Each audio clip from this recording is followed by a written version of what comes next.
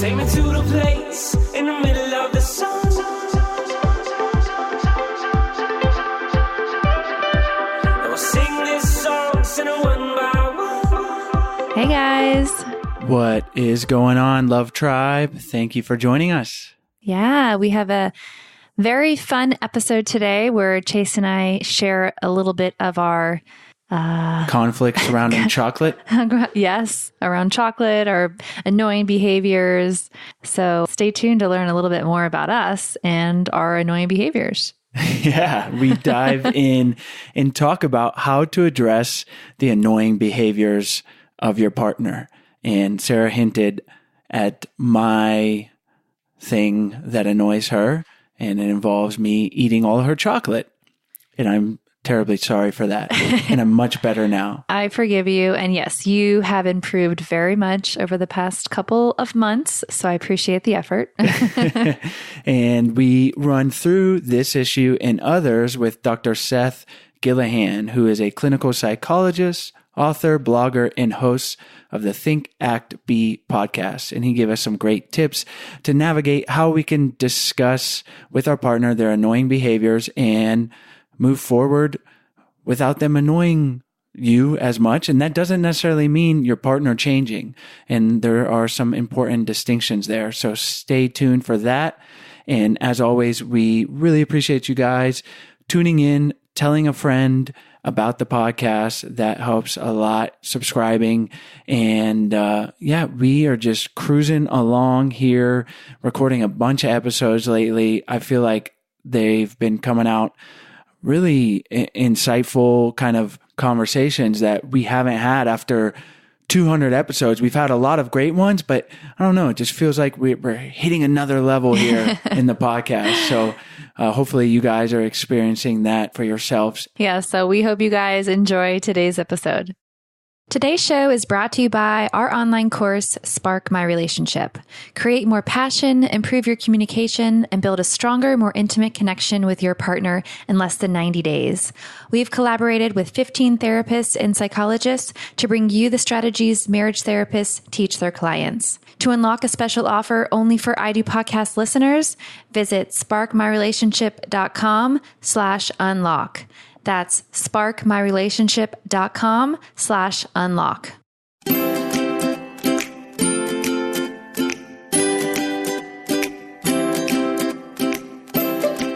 Hi, Seth. Thanks so much for joining us on the show today. Hi, Sarah. It's a privilege to be here. Today's topic is one that I know a lot of our listeners probably relate to.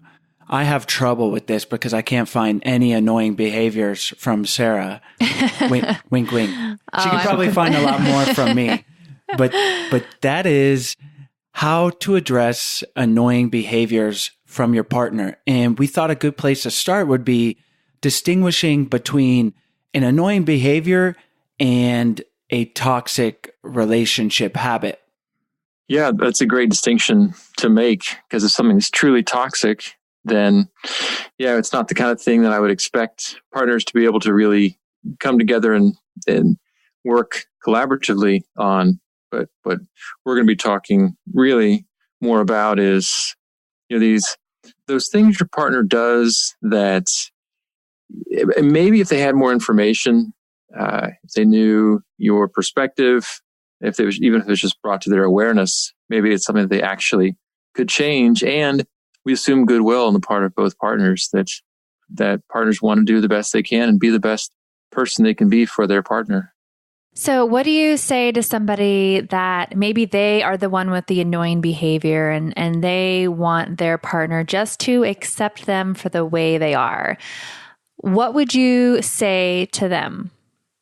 Well, I might emphasize that, it's in a way, it's an opportunity to give your partner a gift, to give them the gift of a better partner. And that's really, I don't think any of us got into a relationship with someone expecting that we were perfect exactly as we are, that there was nothing about ourselves that the other person would find annoying. And so, it's that's sort of my way or the highway. attitude obviously doesn't do much for relationships. We can ask the person how well that's worked so far in their relationship, or turn it around and ask how they would like it if that's how their partner approached them. That they weren't going to change. Hey, this is just me. But an important part of the conversation for all this, whether we're the ones with the annoying behavior or if it's our partner, we need to know it's something that they have some kind of control over.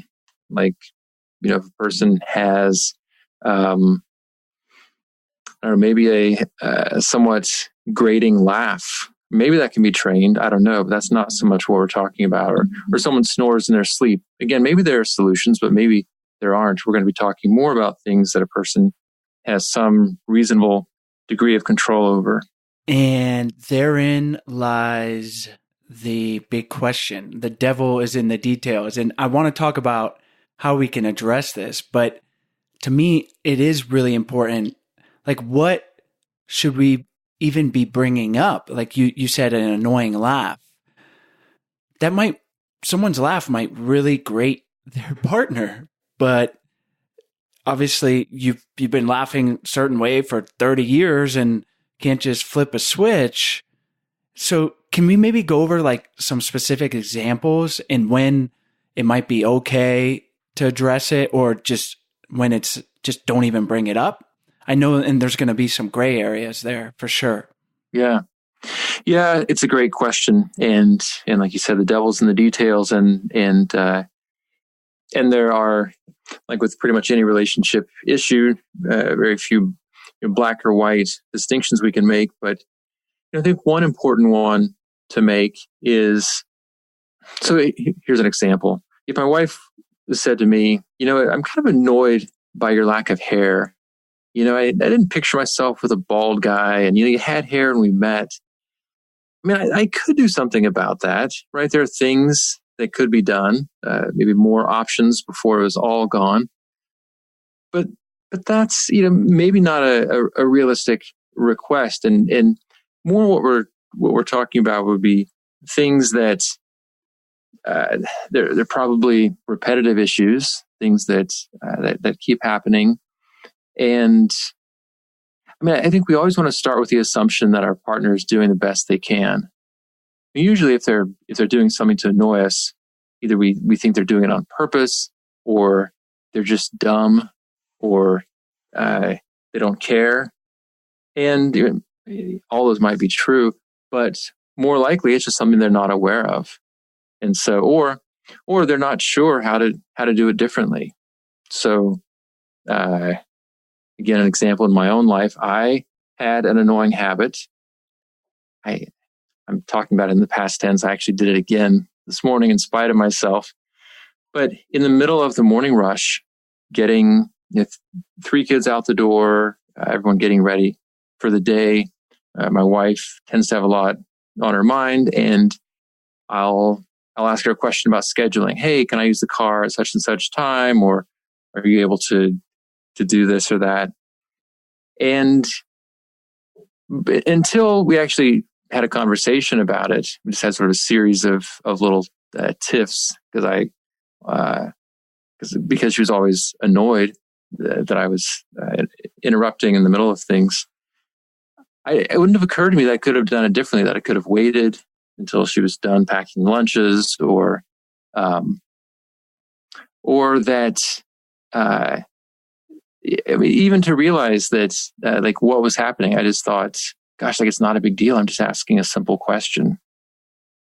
So I think those types of things, I don't want to be an annoying person. I don't want to be the type of person who makes my wife's experience more difficult in the morning. And so, and that's something that I have some degree of control over. And with that knowledge and with a little bit of imagination and maybe some collaborative problem solving, we can come up with a way that avoids those kinds of conflicts.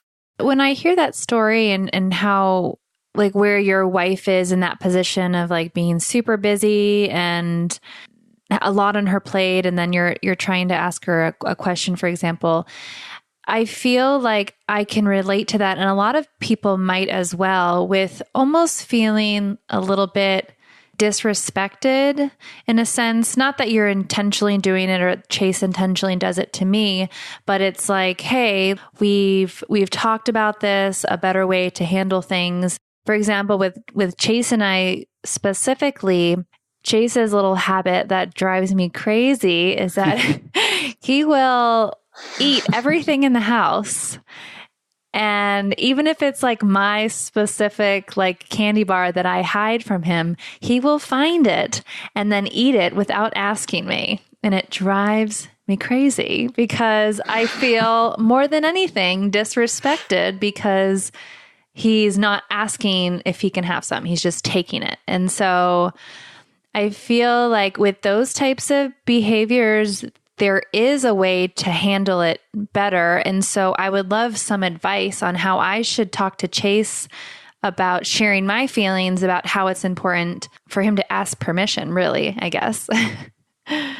Well, yeah, and it's a great point you bring up because a lot of times, you and your wife and other people who are kind of on the receiving end of these boundary crossings or these disrespectful behaviors, it's really irritating. And yet, if you react with irritation, then suddenly you might seem like the bad guy. Like, right. Taking someone's candy bar or asking someone a quote unquote innocent question in the morning seems, like fairly benign. And then getting upset with the person might seem like, oh my God, like, why are you making such a big deal about this? Why are you overreacting? And so first of all, it's a difficult position to be in, to be the one who is irritated, but maybe more so than other people think you ought to be. So I think, bringing up issues with a partner is always a tough thing because in the heat of the moment, it's hard to get much traction on issues because, one person is upset and the other person's defensive, and then it quickly devolves into a fight that doesn't really lead to anything productive. And then once it's blown over, people oftentimes just don't want to bring it up again because, why rock the boat?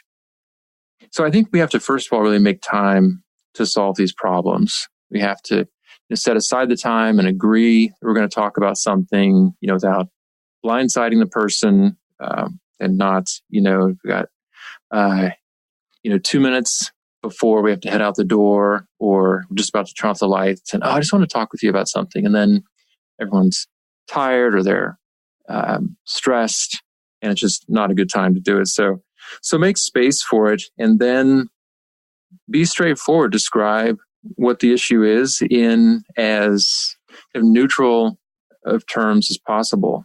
So rather than saying something like, you have this annoying habit of eating things that I got for myself, like you have no respect for me at all. Why do you do that?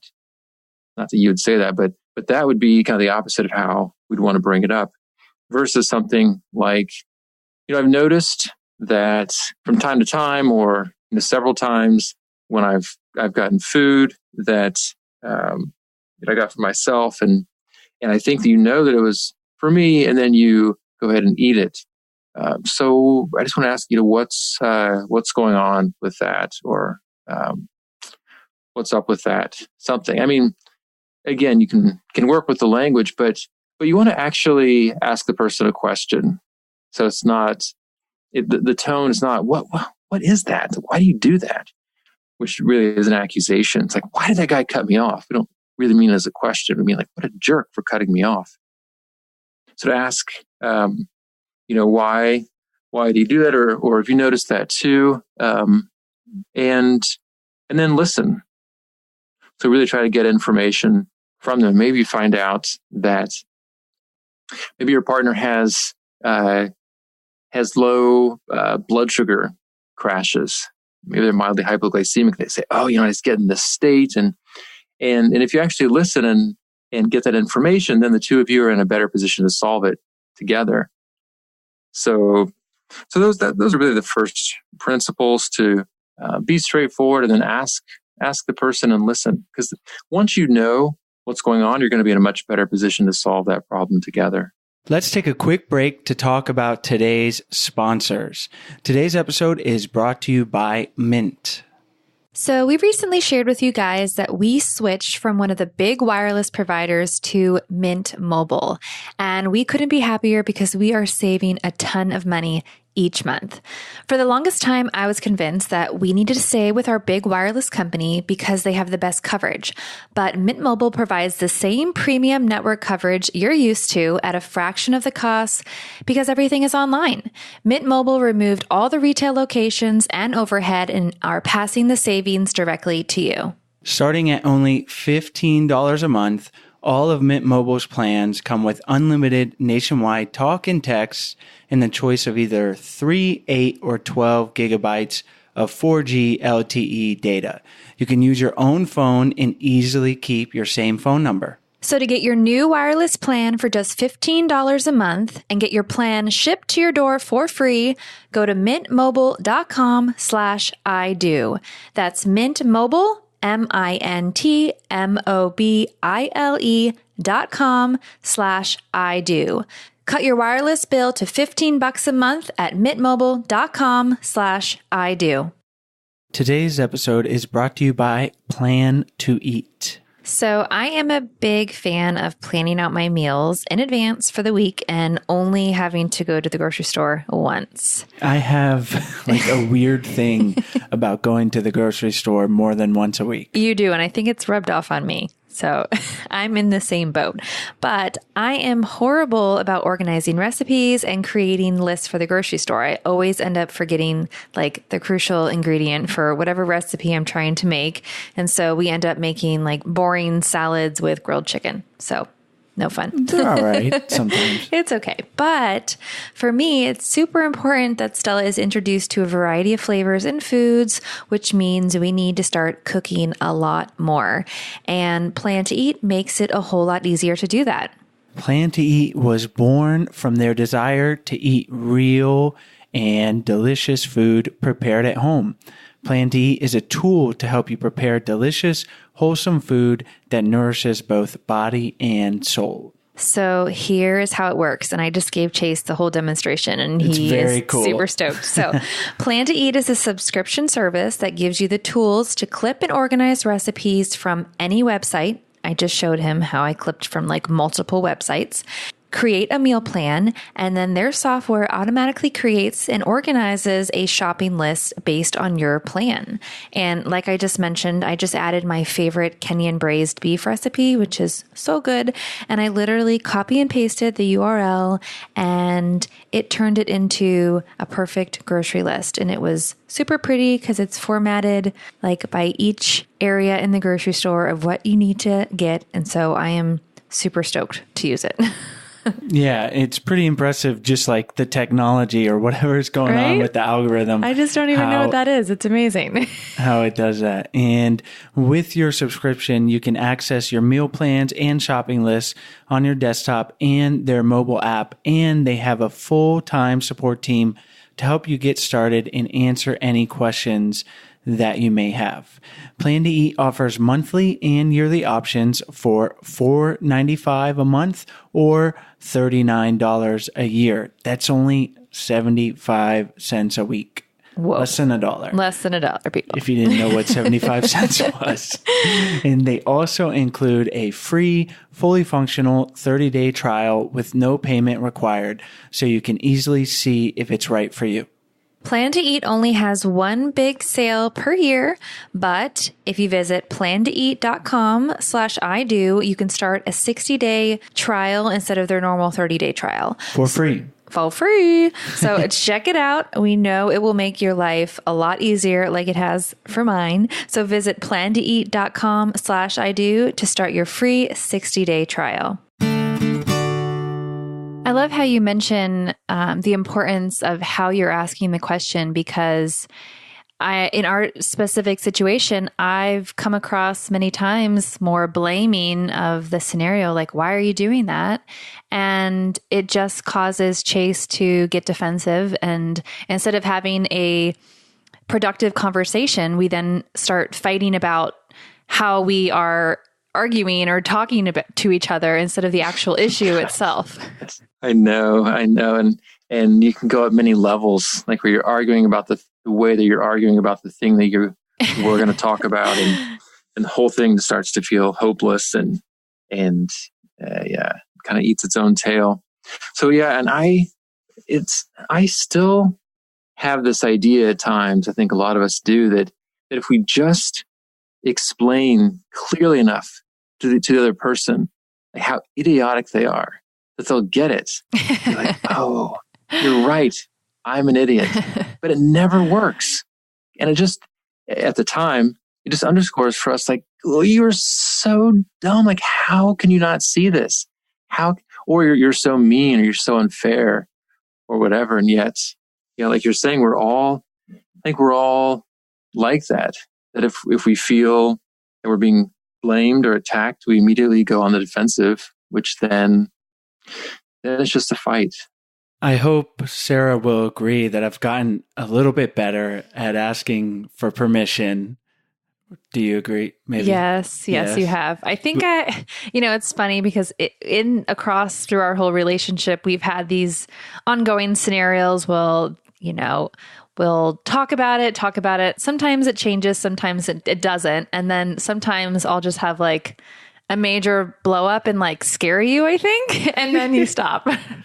Well, which isn't productive, but I don't know. It's like, well, I was going to say a major blow up for Sarah is like mild. Sarah's so mild mannered. And I think that's part of, I'm not trying to blame her. I raise my voice. That's me going crazy. Yeah. Well, she's not throwing plates or anything.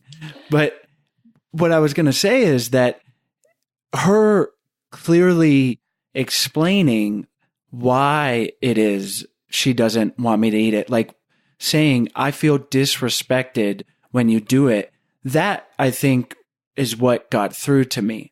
I'm not perfect all the time, but when she explained it that way, it was like, okay, like I got to be respectful of her. It's not that she just doesn't want me eating her food because she was an only child and doesn't know how to share, which is honestly like kind of my, initial like whatever. It's like, it's our house, it's our food, and then I forget when it was, but she did, she explained, I feel disrespected when you do that. And that changed it. And so getting to the underlying root of why you feel annoyed with what your partner is doing is super valuable, but then communicating that to your partner, that's going to get you guys out of the pattern of arguing about the same thing over and over.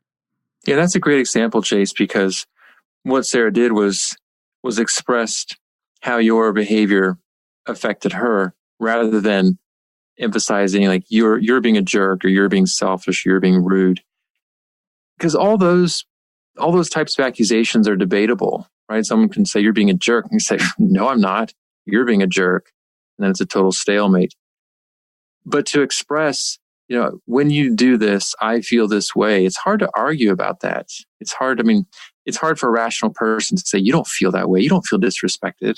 Like, well, no, I'm me. And I'm telling you, like, this is how I feel. And then so there's less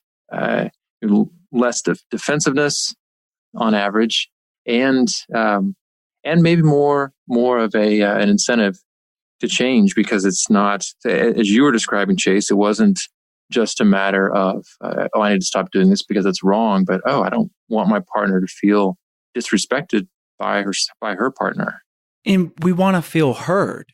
Sarah wants me to hear her when she's saying, please don't eat my food.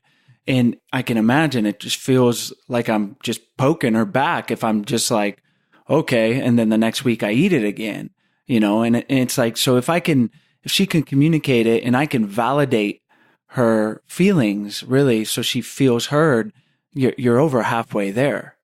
I'm just curious, was this some really irresistible food? I was just thinking, it's probably it normally is just chocolate. Chocolate. But the thing is, and I'll give you some context here, is when we go to the store, he gets like 95% and I get like 70 with sea salt.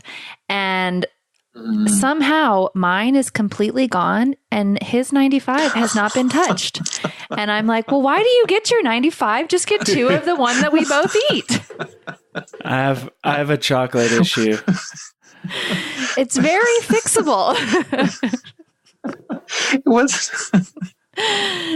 I know. It's I'm going to ask this as neutrally as possible. What's the deal with the 95? right. Oh, I mean, with not eating it. I mean, I would enjoy it. I don't eat chocolate anymore, but I would probably eat 95. But it's interesting to get it and not eat it. I know. Well, he does eat it after mine is all gone. Then he'll eat his. Seth, I think we need a whole other podcast to psychoanalyze my issue with finishing Sarah's chocolate first. But, there's something there. But I think I've gotten pretty good.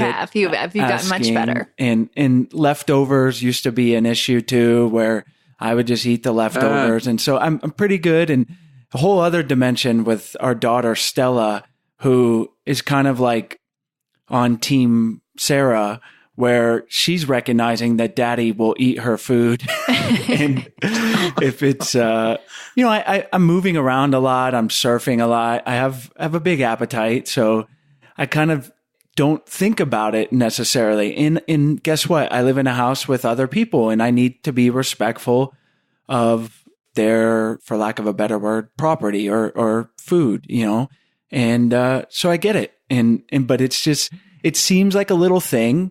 And it can be, but it could also digress into resentment and just disconnect and all sorts of toxic relationship things if it's adding on to other places. So it's definitely something, it's funny, but not if you keep doing it, right?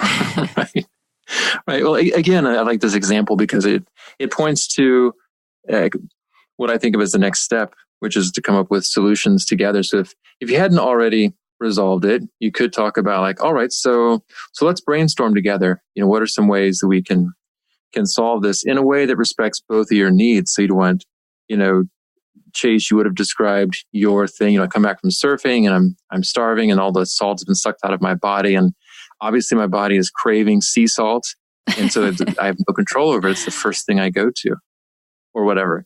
You would have described what you need. And Sarah would have listened to that. And then she would have said, all right, once you made sure that she understood and reflected that back to you, then you could say, here's my concern. And would describe, disappointment, at the end of a long day or whenever she prefers her chocolate, open the cabinet. It's not there. I feel disrespected. I feel frustrated. We've talked about this before.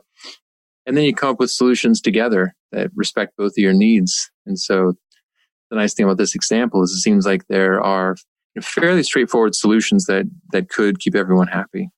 Unless one of your needs, Chase, is to eat someone's chocolate who doesn't want you to eat their chocolate. But I doubt that was part of it.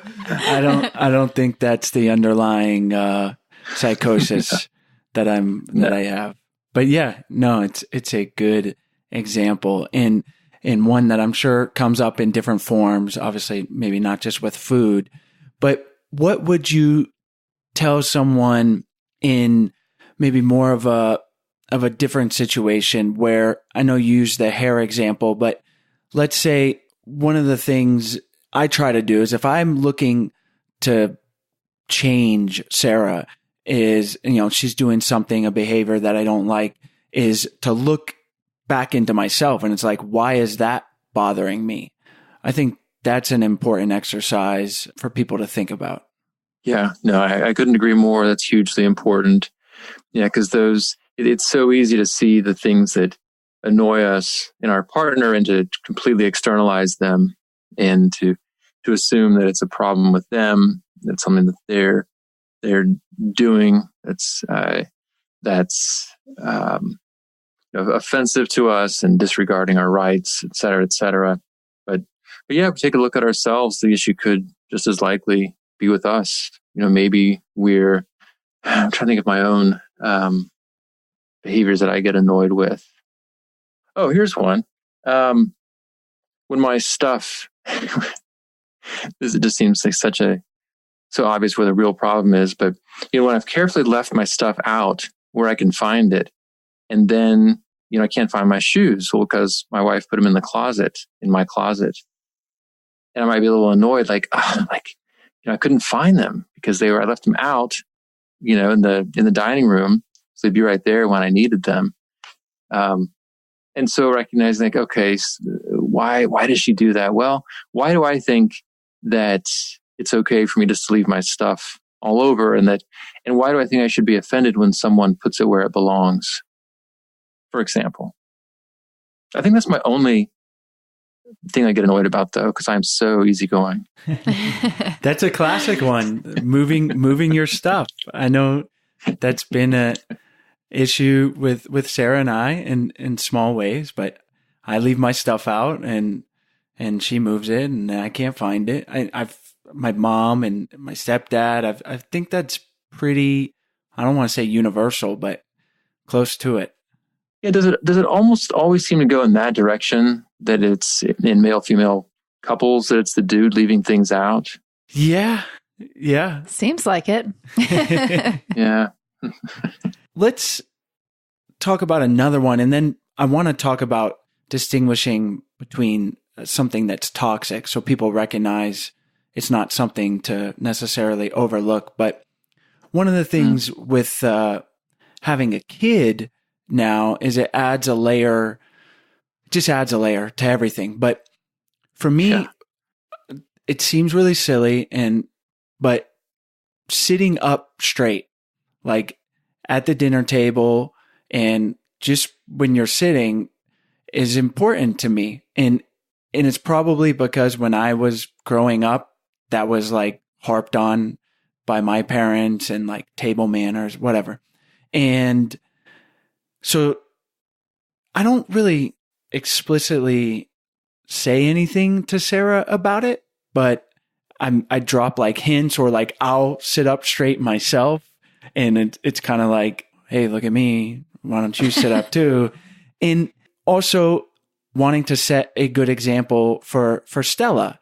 So how could we talk about something like that? If I want Sarah to just practice better posture and to set an example, it could be a bit touchy. Oh, it's so touchy. Yeah, especially with something like posture, where there's a virtue associated with sitting up straight, and it's kind of like the old, maybe I guess the current ones too, the highlights magazines with Goofus and Gallant, right? Goofus slouches at the table and has bad manners. Gallant sits up straight and says please and thank you. So I think, all the things that we've talked about so far apply, about making space and bringing it up in a respectful way. And maybe with these kinds of things, especially being aware of our own issues coming into it, because we each have a family of origin that we're coming from. And maybe we assume that sitting up is the thing to do, or it was really important because that's what we were taught. Maybe that was hammered into us as a kid, and we said, you know what, when I have a table of my own and a family of my own, I'm going to sit however I darn well please. But it's good to take a look at what some of those issues might be, and then to discuss it as respectfully as possible, and probably acknowledging up front, like, I'm a little hesitant to bring this up because I don't want to hurt your feelings, make you feel self-conscious about how you're sitting.